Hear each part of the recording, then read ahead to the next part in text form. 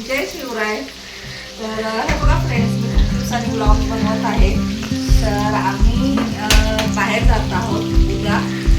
ते तुम्हाला समजेलच कुठे जाणार आहे ते. तर आज माझा भाचा येत आहे, माझ्या बहिणीचा मुलगा. त्याचं बर्थडे आहे, त्याच्यामुळे मग मी त्याच्यासाठी खास चिकन फ्राय करत आहे. तर तुम्ही बघू शकता, सकाळी मी हे मॅरिनेट करून ठेवलं होतं सगळे मसाले वगैरे घालून, आणि आता मस्त फ्राय करून घेत आहे. ते पण येत आहे, ऑन द वे आहे. आणि मग मला दाखवून पुढे काय काय होणार आहे.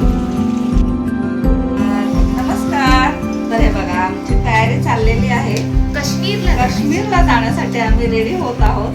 तर त्यासाठी मग आम्ही आता मेथीचे पराठे बनवणार आहे, आणि आता मिरचीचा ठेचा बनवणार आहे. हे मी माझ्या सुंदर सुंदर हाताने पीठ मळलेलं आहे, आणि माझ्या बहिणीनं सगळं म्हणजे नाही का ते पराठ्याचं सगळं तयारी केली तिने.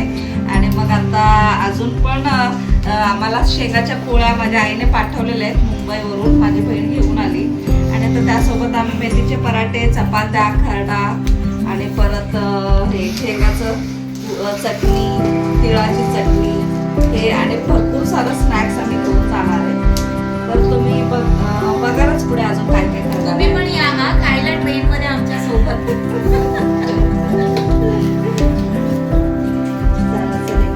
बघा, आम्ही शेंगाच्या पोळ्या करत आहोत. तर बघा, हे एक केलेलं आहे, आणि हे एक तव्यावर आहे, आणि एक लाटत आहे. आणि माझी बहीण मला खूप मदत करत आहे, तुम्ही बघू शकता. थँक्यू. हे बघा, माझी तयारी चालू आहे. तर मी आता शेंगाच्या पोळ्या घेत आहे बांधायला. तर त्याच्यावर आता तूप लावून घेत आहे. हे खूप हेल्दी असतं गाईज, आणि प्रवासामध्ये हे स्पेशली करतात. 8 दिवस तरी खाऊ शकतो आपण, इतकं हेल्दी असतं. हे मेथीचे पराठे आणि हे चपात्या असं आम्ही बेत केलेला आहे. आणि हे बघा, हिरव्या मिरचीचा ठेचा, शेंगाचं चटणी केलेलं आहे. शेंगाचं चटणी आहे हे.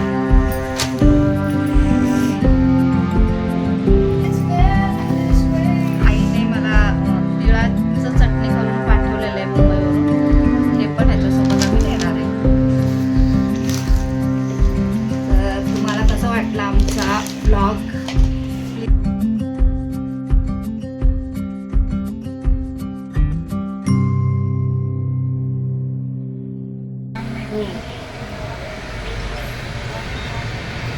हो नक्की